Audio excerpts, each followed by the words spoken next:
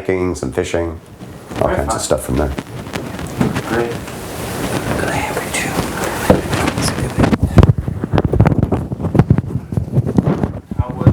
How was Halloween this year? What's that? How was Halloween? Oh, you mean the whole pumpkin season? Yeah. The pumpkin season itself is lasts from about mid-September through Thanksgiving. The bulk of it is in October. We're currently running 250 students through there a month. Did the weekend of the big pumpkin weigh-in, was that like the peak weekend, or?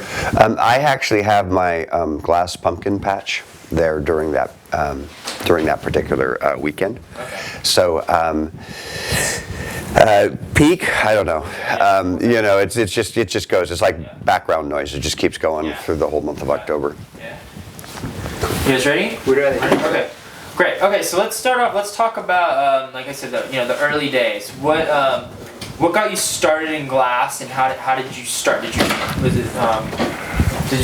you go to school for it, or how were you taught? Were you self-taught? If you could tell us a little bit about that. Sure. I had been traveling in Europe. I had purchased a condominium, I think it was in 1976. I sold it a year later in 77, made more money than I had made working for the previous year, so I took a vacation.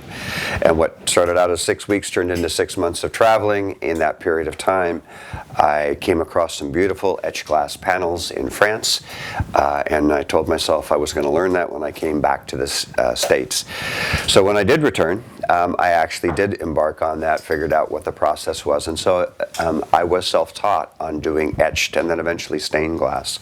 I got fortunate and fell in with someone who was doing a lot of commercial work, restaurants, bars, casinos, lots of Reno work, and eventually we ended up doing stuff for King Hussein in Amman, Jordan, for one of the Sheraton hotels in Amman. So that's what started it at that point, and because of working as an artist, the income tends to be cyclical. I decided I needed to get a job. And so that is when I applied for and received my first job as a glass worker, as a quartz glass worker for Coherent Radiation in Palo Alto. And again, this would have been 1978 probably. So I started working glass there and continued for maybe about a year, and then made the transition into more of the diffusion electronic style of quartz glass. Okay, and what? So you were working. You went to France, and then that's where you found. You sort of found your passion in glass. Could you talk about like your passion for glass, like as an art, and how you're passionate about it? Sure. And so what I had experienced back then was some magnificent etched glass windows, and I had always been fond of glass. I mean, it's one of the things that we take so much for granted, but you realize that it is a hard surface, and yet at times can be fluid enough to actually work with and to sculpt with. During that period of time, I was just enthralled with the look of the glass and what you can do to create stuff inside. And so I actually started doing a lot of the sculptural work, carving in like cameo work into the glass. And that is where I started. And then I started moving more into colored glass and trying to do the same thing with it there. I think it's one of the things that had been around for so long, and in the race of human race, I should say, that it's you've had a chance to see a lot of different artists over the years. It's amazing what the Romans did. It's amazing what the Chinese did. Back before there were any electronics or anything to help make the job so much easier as it is today. Okay, and what are the big differences between the glass you were working with in Silicon Valley versus glass for art? Well, from a fundamental standpoint, quartz glass is pure silica. There is no fluxes added to it, and as a result of being pure silica, it takes a tremendous amount of heat to melt it. 4,000, 5,000 degrees. They use hydrogen and oxygen to weld or fuse the glass together.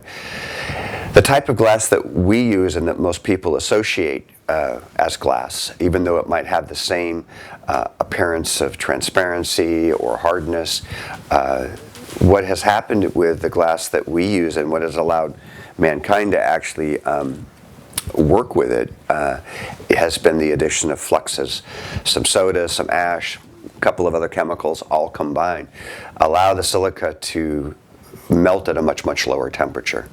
Back then, all they had was wood, and which is one of the reasons why the Scandinavian countries, and German countries as well, would pioneer glass blowing factories, and then eventually the towns would follow because they cleared out all of the paths because they were using wood as a fuel source.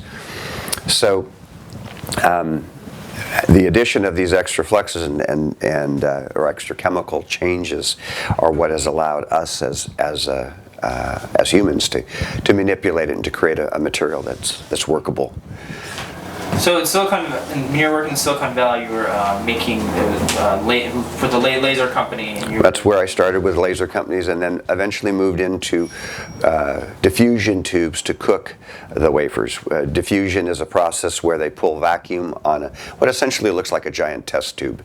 They clean out all the air, all the impurities, bring it up to 2,000 degrees, and that burns off anything inside, and then they inject different chemicals to create the thin film layers that create the wafers and the Silicon Valley chips, or I should say the IC chips.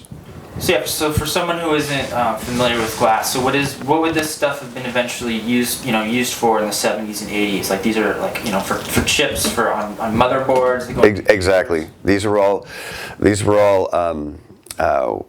chips that were being used and pioneered both in size, because originally they started out very small in 2, 3, 4-inch diameter tubing, and eventually up to 8-inch diameter wafers to create a higher yield, to produce more chips on a smaller piece of real estate. And as the technology got better, they shrunk those things in size, and in that process of scaling down, eventually the companies moved first out of state and then out of country to produce them in areas where labor was cheaper, that sort of thing. So that kind of technology is still used today? All the time, yes. All the time. Throughout the world. None of it's really produced in the U.S. anymore. No, the value of the materials as well, quartz tubing has gone through the roof. Electrical costs, energy costs to create that are very, very high. They don't just use gas, like I might use, electricity or something like that, or natural gas or propane. They actually use plasma, basically bolts of lightning into sand. Okay. While we're on this topic, could you demo that one, Sure. the piece right there? Is it sitting? No, if I can move. Yeah, he's just gonna go get a piece right there.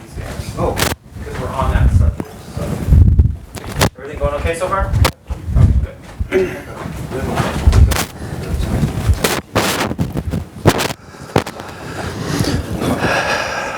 放大到就是眼睛部分，你要给，加底下。